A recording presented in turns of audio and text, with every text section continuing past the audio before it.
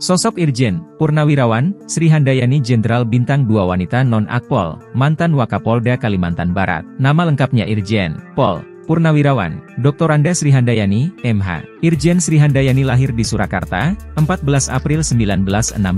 Sri Handayani kini sudah pensiun. Jabatan terakhirnya Widyaiswara Kepolisian Utama tingkat Isespim Lemdiklat Polri. Irjen Sri Handayani merupakan lulusan Sepa Polri 1986. Sepa singkatan dari Sekolah Perwira, sekarang bernama Sekolah Inspektur Polisi Sumber Sarjana atau SIPS, adalah sebuah pusat pendidikan yang bertujuan untuk menghasilkan perwira Polri sumber sarjana dan bertindak sebagai unsur pelaksana pendidikan pembentukan perwira Polri. Sri Handayani berpengalaman dalam bidang-bidang SDM. Jenderal Bintang 2 itu tercatat memegang sejumlah jabatan selama berkarier di kepolisian. Sri Handayani mengawali karirnya sebagai Subdit Binjas Ditpers Polri pada tahun 1986.